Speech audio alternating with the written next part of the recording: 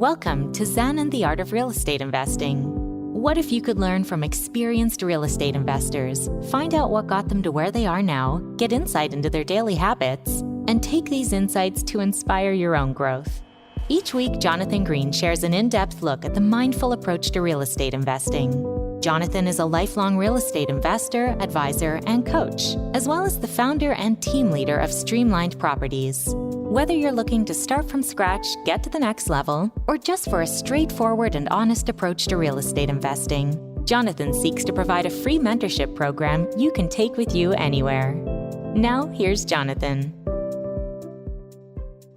As I mentioned at the close of last episode, this episode, you're just getting me, and I will be bringing in a few more solo episodes here and there because I've gotten feedback that it would be helpful if I go through part of my process too and break the string of interviews, although my guests crush it. So in August, a few people moved their recordings back into September. So at the time of this recording, we actually have 10 that are already booked for September. So we're raring to go. But because one audio fumbled and I went on vacation twice, I'm doing this recording on my own. And it's about myself, the why and how I'm getting back into short-term rentals, because I haven't really done them in a long time. And when I did them, my sister really did most of the work. And most of them were her properties. Some we shared. So this is a story about why I'm going back in, where I went, how I did my research, how I'm going about what I'm going to do, because right now, at the time I'm recording this, my inspections are in 2 days. So you're going to hear it all from A to Z. Thanks for listening to Zen and the Art of Real Estate Investing. Let's go. This is episode 172 of Zen and the Art of Real Estate Investing with my guest. Oh, no, it's me. I am on for a solo episode today. I told you about it in the intro, so I don't need to go over it again. But this week you have just me, and as I'll tell you throughout the episode, I'm interested in your feedback on whether these solo episodes are worthwhile. This one specifically, I think, is going to be interesting because I'm in the middle of a transaction that I'm really excited about. I haven't done short-term rentals, and when I say done, my sister really did all the work when we did them, but I haven't been involved directly with short-term rentals in a long time. And now I'm getting back into it. I'm under contract pending inspections in 2 days from the date of this recording. Again, this will come out after inspections are over, and hopefully we're just cruising along to closing. But I'm going to go over my process, why I'm getting back into it, how I'm getting back into it, how I chose the market, what I did to do the market research, what I did to actually go and view properties, how I decided on the property that I'm getting. Again, it could all fail in the future, but either way, this episode is going to be important because one thing that I've always been good at is figuring out markets. And also I have a risk tolerance that may be different from you. So as I go through it, you have to understand that I have more than 30 years in the game, but I did take a break really from acquisitions for a long time. And now I'm slowly scaling back up because I'm seeing opportunities in areas that maybe I didn't think about as much before. Short-term rentals are a lot of work, but the benefit of having this show and 172 episodes is that I've talked to some of the best people in the game on short-term rentals. I know I'm going to leave a few out, but let me just drop a couple names for you. You can go back and listen to these episodes. Bill Faith, Kenny Bedwell, Zoe Berghoff, Michael Chang. There's so many short-term rental specialists that I've talked to on the show who've given us all of their tips. Again, I probably left out like 14 because we've done so many good shows, but I started to get more excited about it because I started to see that for me, I'm going to go back to my roots and what my sister and I did when we used to have short-term rentals that weren't properties that we just turned into short-term rentals. We were making acquisitions in places that we wanted to go. 2 or 3 of them were places where my sister lived, and then they eventually were either long-term rentals or short-term rentals. But then we made an acquisition at a place where we thought my sister's mom, my stepmom, was going to live. She didn't like it there, so we moved her to a smaller place. And then we were like, well, this is a good asset. Let's short-term rental it. And we did that a few different times. But as I've said, I was never the worker. on the short-term rentals, on the ones that we own together. And I was really just a watcher of my sister doing it back in the old days, 20 years ago on Verbo and HomeAway for the Hamptons. So although I was a participant and although we owned properties together that were in short-term rentals, she was always the one handling everything and really the mastermind. And one day I'll get her on the podcast so we can talk about our history of inheriting properties from our dad, what we did with them, how we managed them together, why she's out of the game of real estate and not interested in getting back in. And when I sent her a picture of this new acquisition, she just said, don't. But I'm doing it anyway, even though we've become like each other's parents, because obviously our father passed away and her mom passed away along the way as well. Sometimes I have to trust my gut. And this time I've really been doing the research and I'm excited for it. But for me, just to start this off, going back into short-term rentals is a usage play for me. And when I say usage play, it means I'm going to use it because that's how we use the properties at times when we had them. In my opinion, you should be using your short-term rentals because why do you want to own a place in some place you're never going to want to go to? I like my friends to be able to go. I like to go myself. But again, I'm not dumb. I'm not going to go in peak season. My real estate agent down there, Kaylee Bowman, was telling me, yeah, this is the peak season. It's like fall. And I'm like, wow, I really like fall. She's like, you're not going to make money in fall if you come in fall. I'm like, that's a fair point. What's the worst time? Maybe January, February. Great. I'll come for a month then. Because now I'm 53 years old and I'm looking at other opportunities. I've lived in New Jersey now for 12 years. So at some point, I'm going to start snowbirding. Both my kids are 21 or over. They both live out of the house now. So at some point, maybe they're going to move or maybe they're going to stay, but they're doing their lives. And while I never want to be away from them, I might start snowbirding a little bit. So buying this new property, which is in North Carolina, and I'll go over all the due diligence that I did, how I came up with it, is really an effort for me to say, hey, maybe I'll snowbird for 1 month, then I'll snowbird for 2 months. So I'm really buying it for myself. The price point is accessible for me to do that. And I'll go through what I looked at and how I ended up at this price point versus higher price points that I think maybe could have had better returns, but didn't really suit my usage prophecy for this one. So that's really what's behind it. I liked it there. I want to use it, but I'm not going to use it when it's peak season. And the price point perspective for me is, even if I don't get up and running right away, which is going to be an issue because I'm traveling and then I'm going to have to figure it out. And then there's, of course, the crossover when you take over another Airbnb listing because you can't export their ratings and all the things that happen. So I'm buying a place with 193 reviews and a 4.99 rating. So I wish I could just bring those over, but I can't. Thanks to Simply for sending me this Yeti with Zen and the Art of Real Estate Investing on it. So because I can't export those, I need to get up and running for fall pretty quickly. And I'm very nervous about the uptake. And I've had a lot of my friends sending me information, use these things. You know, I've been watching what Rob Built does, tracking all the things. And let's go back. We'll start with the area, and then I'll go through why I'm nervous about getting it up and running and how I plan on handling things. But again, there's so many short-term rental episodes on this show, and soon we're going to have tags created so you can just hit the short-term rentals and go to all the amazing guests who have talked about it to help you along the way. So how did I choose markets?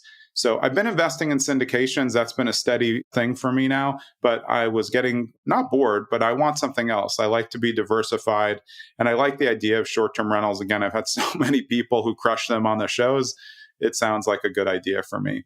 So geographically, what I'm looking for is weather resistance, really in a lot of my real estate. So weather resistance is really important to me. So I did a weather research for, maybe 2-3 months on where I think the least likely floods, tornadoes, things like that, just a weather area that maybe is just less potential for disaster because I don't want to lose real estate. And my dad did one, we used to own a timeshare in St. Martin. Again, timeshares were really the beginning of short-term rentals, but it just blew away in a hurricane like 30 years ago. And that was it. So I did get to use it twice, so it was worth it, whatever it was. So when I was going through that, I liked the idea of North Carolina. I lived in Florida for 14 years, so I'm familiar with southern states, but I didn't want to be all the way south. And North Carolina was a very interesting area for me that I'd never even been to. So I did a bunch of research. I had a friend who lived in Asheville. I knew other people who've been on the podcast who lived in Asheville. And I wanted to get an idea of, is this area going to be right for me? I thought about the other areas of North Carolina, Charlotte, Raleigh, Durham, but to me, those are more, long-term rental areas or maybe midterms because there's a lot of hospitals, bigger areas. I am getting older. I don't like the beaches. I like the nature. So I like forests. I like mountains, and North Carolina was fitting the bill. And I wasn't going coastal North Carolina, which really started to help the way I was thinking. And one of the drawbacks I thought was going to be the travel there. So I planned a trip. I hadn't taken a trip in many years since the pandemic. I had only gone to BPCon in 2023. That was my first trip since the pandemic. And so this past August, which you'll be hearing this in September, I took a drive to Asheville. And my first curiosity was, is this reachable by car? Is this doable? Is my back going to hold up? Am I too old for this?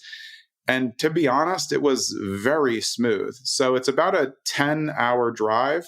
A little bit less on the drive time. It takes me about 10 and a half, 11 with stops door to door. But I was there while it was still light. I left about 6:50 in the morning and got there no problem. When I was at 7 hours of driving, I felt like I had been going for an hour.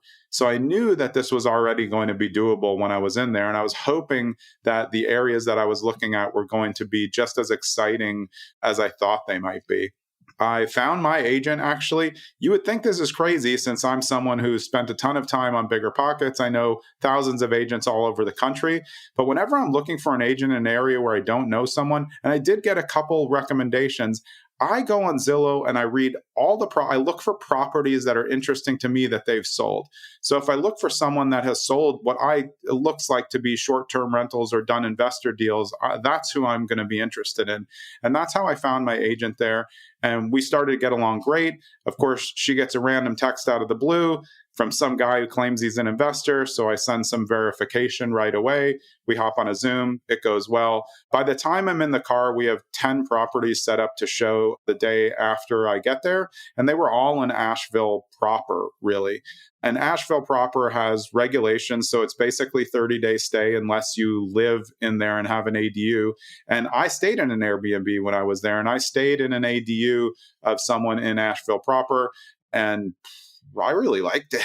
I mean, it was great. So if you want the rec on that, it is attached to their house, which kind of like freaked me out when I got there. And then it was fantastic. They were great hosts. I really enjoyed it. But what I found when I looked at the 10 properties in Asheville, and I did look at, I think 3 or 4 that had an extra unit, the price differential for me, these were all between like 500 and then like up to like 800. I looked at one for 1.2 that had a full basement unit. It was brand new construction. It was beautiful, beautiful house. But the prices just didn't make sense to me. And the problem is my usage prophecy would be if I have one that is dual, meaning there's a unit up top and a unit down, you can't short-term rental them both with the regulations. And you can only 30-day stay the ones underneath. And P.S., I've had both Sarah and Ziana from 30-Day Stay on the podcast. Look up those episodes about midterm rentals. So I was looking for an area that didn't have as much regulation. I wanted to kind of freewheel it, and I wanted it to be in an area that I had always thought of was probably going to stay interested in short-term rentals, where people coming for short-term rentals were going to provide a lot of tourist money to the area, and an area where there isn't going to be a ton of hotels.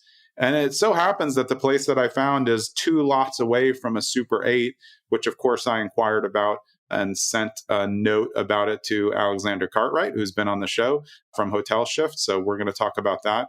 But I'll tell you how I ended up outside of Asheville and in Black Mountain, North Carolina, which is where I am under contract on a 2-bedroom, 1-bath A-frame on a lot that a developer has 2 lots there. He rebuilt 4 A-frames that were there and kind of completely renovated them. I think they're beautiful. If you've been on my social media, you can see 4 pictures of them. But I'm really into it. I've always liked A-frame. I lived in an actual A-frame in Sarasota, a big one, and I enjoyed it. But the comparative price points are, this is in the 400-ish 500K instead of this like 650K range. And it comes with a lot less risk for me. And that's what I liked. And the usability was great for me because it's only 20-minute drive to Asheville. And I liked being in Asheville. The food was phenomenal. So I was able to get around pretty easily. The streets are tight. So I don't mind being 20 minutes away and in an area that's a little bit more filled with nature. And the cool thing about Black Mountain is it has a downtown. So my hopeful future short-term rental and opportunity property is just a very short walk or a stone's throw away from the downtown, which has independent coffee shops, cool stuff. It is very touristy. They had a full-on like farmer's market, flea market while I was there. I was into it and I really like it. It's a hippie vibe, which suits me. I've owned a couple properties in Woodstock in my life that my dad left me. And I just like the idea. Hey, it's Jonathan. This is a little bit weird since I'm giving an interlude between myself talking to myself in the studio, but sometimes that's just the way that it goes down. But I want your feedback on whether you enjoy solo episodes as well. Our plan is to start mixing them in again, but I'd like a little bit more feedback. So if you don't know my direct email address or my text message number, because I never talk on the phone, go to zenandtheartofrealestateinvesting.com, use the contact button there, and just send us a message about whether you like solo episodes. It would be really helpful, as it would be if you could give us a 5-star review wherever you listen to podcasts, because I don't know why we have so few reviews when we have so many amazing listeners like yourself. It only takes a few minutes. I would really appreciate it. And now let's just get back to myself talking about why I'm going into more short-term rentals. Let's go. So that's how I ended up with Black Mountain. I took into account the weather anomalies. I took into account nature. I did my due diligence on seeing properties in the area that I thought I was going to be interested. The price point didn't make sense for me. So in discussions, we had already pre-planned to let's look outside a little bit where there's no regulations and the prices are a little bit better, because that lowers the risk for me. For me, using a DSCR loan, 25% down, so at a little bit more than 400K, the payments aren't going to be that much. The payments are probably like $2,400 or something. So I don't really have to clear that much to make it profitable. And if even I slow up and I don't get the thing going as quickly as I think, which again is what I'm going to talk about a little bit later, it's not a huge loss at that amount to be able to use it. So I plan to use it for a month, probably in January. So these are ideas that are going through my head. Again, I like the usage prophecy. I like this price point. I really like the area because I really did enjoy Asheville. I have a good friend there, which was nice. And it really fit where I want to be at this age, which is now 53. Trending higher, of course, since I can't Benjamin Button this thing. So I think the area really fit. And this is a better impulsive buy than buying something bigger and then realizing hey, I don't know, this area is not really for me. So this is also an income producer. They had at least 2 years on Airbnb. Again, 193 reviews, 4.99 rating. And they had all 4 of them because they owned all 4 of them. All 4 were rented on short-term rental for multiple years. So there's very good data that these can rent. And I know things from all of my guests on what I can do to increase it. My lot sizing is going to allow me to knock out a pickleball court like Rob built, but I'm going to figure out some things that I can do. And I know that with the help of my friends, I can manage this better and come up with some interesting things that will make it a better stay.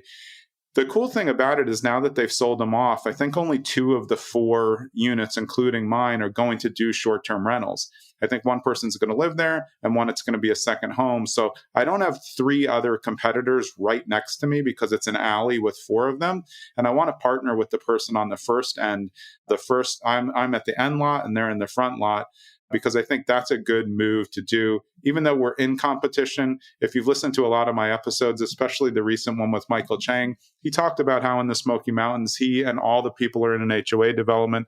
They're all doing short-term rentals and they have a Facebook group to help each other. So that's what I'm looking to create there. So I saw that my unit was off market still because it was the 4th one to sell. So I was able to sneak in there, drop in an offer. And the way that I negotiate, most people who know me know I'm a very straightforward negotiator, and maybe this will help you as well.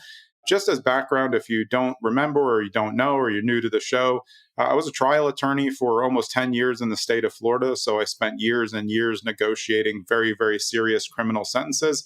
I did criminal defense for 2 of those years as well. So negotiating real estate is pretty easy to me. It doesn't really like cause me any anxiety. My numbers are the numbers. So the way that I present it is just tell me what they want to let it not go to the market, and I'll see if that works for me.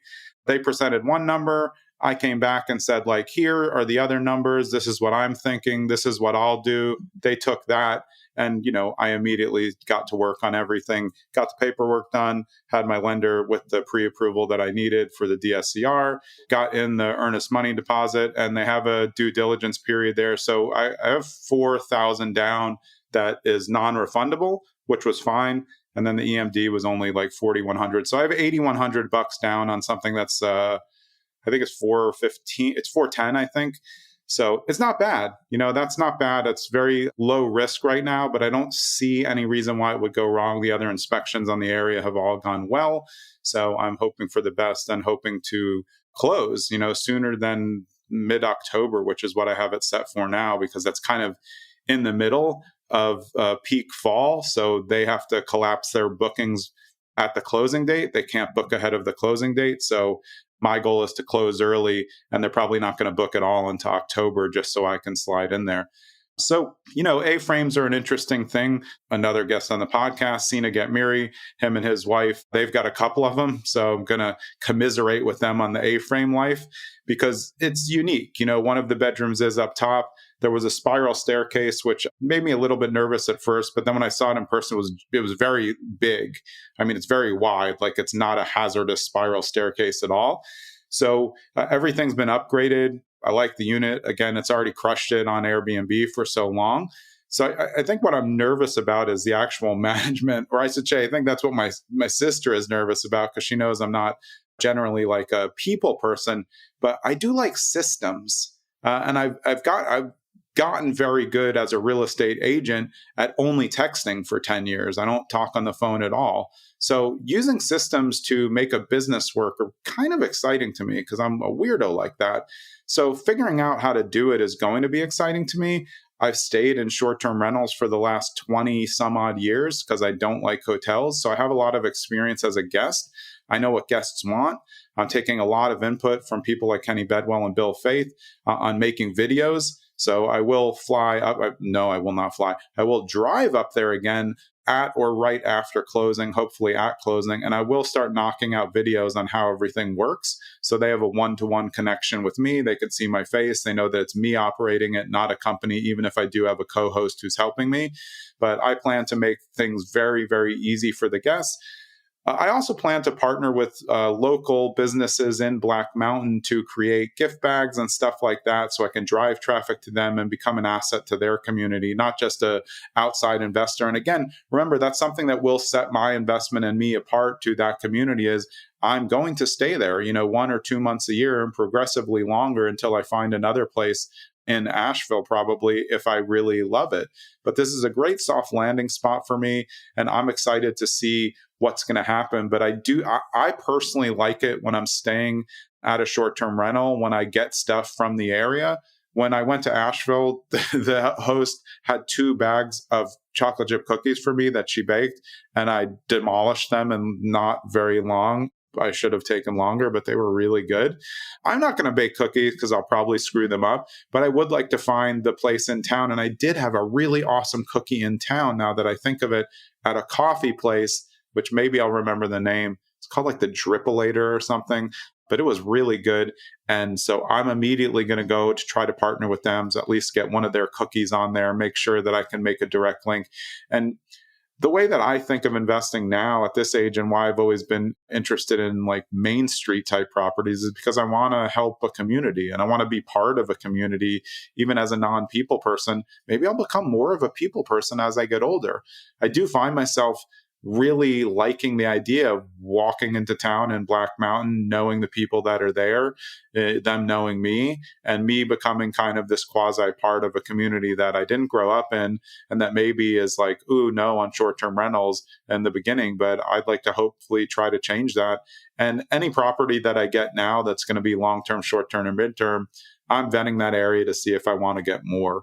So the interesting thing is that the owner owns a lot right across from this where 4 more could be built. So I am going to entertain that conversation with him, see if that's an opportunity for me, if I like it. And I wouldn't develop 4 A-frames. In my dream scenario, I would kind of make 4 different properties, maybe a box home, maybe a tiny home, and maybe a couple of different ones so they look different. I really like the way these look on A-Frame Alley. There's 4 of them. It looks pretty cool to see all 4 of them like that. And then there's 2 older ones, 2 lots over before the Super 8. So it's lining up for me really well. I think as a real estate investor, you always want to take yourself into consideration. I'm not someone who's going to get rentals in Columbus. I always rail on everybody on Bigger Pockets never to mention the word Columbus because the Columbia skies will come for you. But it's not my bag to be out of state. It's not Columbus at all. It's any place. I don't want just long-term rentals in a state that I'm not going to want to visit. That's just not for me. So I do think that part will be exciting, but I'm not that interested in just holding rentals in another area that look good on cash flow. I'm looking for properties that will be generational for my children. I'm looking for properties now because they're both over 21 or 21 or over that they can go use. And Asheville has an airport that's growing. So even if I drive there and my kids want to come for a week, they can fly in, I can pick them up. There's plenty of room there in the 2 bedrooms. They're separate. And I really like that idea. So, a lot of you are probably parents or you're going to be parents or, you have parents, kids. It's a lot the same. I want my friends and family to be able to use this, visit it. I want friends who are interested in paying for it again and also staying there. And that makes it very interesting to me. Again, I have reach because of the podcast. I don't know how much that will help me in bookings, but I think I have a severe advantage in the game. And there's not too much that I can screw up that would be a disaster at this price point and payment level. So it makes it a very safe investment for me. And if you're someone thinking about short-term rentals and you don't have a lot of cash reserves and it's going to be more risky for you, I think you really need to think about whether it's the right fit for you. A lot of people have FOMO because they see all of the amazing guests. They're like, oh, I want to do short-term rentals.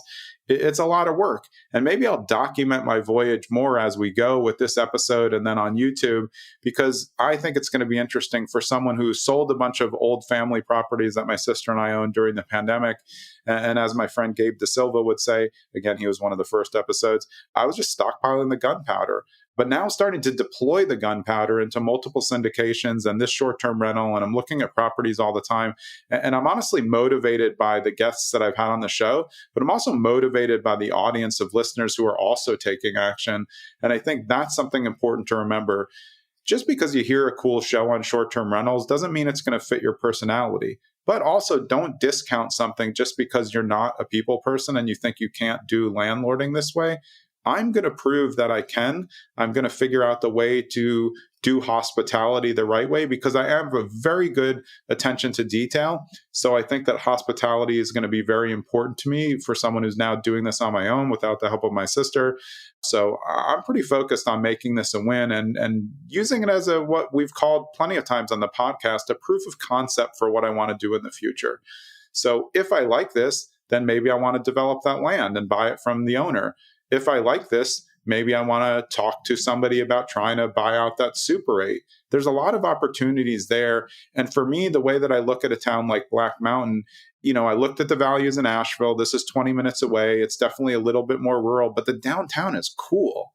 It's independent and cool. So that's what I've always been good at is identifying towns. This doesn't mean I want you all to go buy property in Black Mountain, but it's where I'm going because I liked it. There's a lot of areas in this area that I think are weather resistant in states around here, off the coast, just for me personally, that I think could be a win. But again, if you look at how I'm doing this and how I've explained it, it's a very safe investment for me. Not too much can go wrong that would destroy it. I could have bought it cash, but there's no point to. The payments at $2,400 a month will afford me the opportunity to, I think it actually might even be less than that. So I don't have to make a ton of money. And I've looked at the numbers where they've made enough where I'd be at well more than break even. So if I do really good at what I do, I will be making money and getting the usage principle out of it when people aren't booking. And that's what's exciting to me. Just as an aside, before we get to the outro, which will tell you now again what the preview is for the next episode, which I hope you've been listening, I just want to tell you that I really appreciate you listening to the show. It's been a long time, and we've been at this for a really, really long time, episode 172. I'm super excited about it. I'm still passionate about it every day. I love booking new guests. I love adding them to my Trello board. And like I said, this episode I had to do myself because of a confluence of things that happened. But is this something that you like? Because I think I want to do it. It's actually not as hard as I thought. I did a couple in the beginning when I was slower on getting bookings, but now I'm usually 10 to 15 episodes ahead. We just got behind because I'm on vacation for 2 weeks. And I'm actually headed out tomorrow. The date of this recording is August 25th. It'll come out in the middle of September. But my son and I are going to stay in a short-term rental in Saugerties, New York, and I will be looking at properties there too. So I'll have a rundown on that. If you don't follow me or connect on LinkedIn, that's a great place to connect. I'm very easy to find. Look for this face. If you're on audio only, just look for Jonathan Green. My title under there says host of Zen and the Art of Real Estate Investing and some other, witty barbs there. And that's a great place where I'm posting a lot of content, and I'm actually posting it myself, not a ghostwriter or some other AI bot that's out there. So again, I really appreciate you listening to the podcast. I hope this solo episode was worthy and of value for you. And I hope you continue to be an advocate for real estate investing and for the mindful approach to real estate investing. Like, relax, do your due diligence. Taking action is being in the game, not always buying. And I'm excited to tell you where this one goes. Let's hope for the best. See you next episode. Thanks so much for letting me ramble just by myself in the studio for a change. I'd actually love some feedback, whether you like the solo episodes or not. You can send those through the website at zenandtheartofrealestateinvesting.com. And as you know, these are episode previews at the end, so you can stick around and actually find out who's coming up. You can also see those. I usually post them on LinkedIn. But next episode, my guest is Jack Bosch. Jack is an experienced business owner, entrepreneur, real estate investor. He's the author of best-selling financial literacy book, Forever Cash, and the creator of Land Profit Generator. So buckle up, and we'll see you next episode.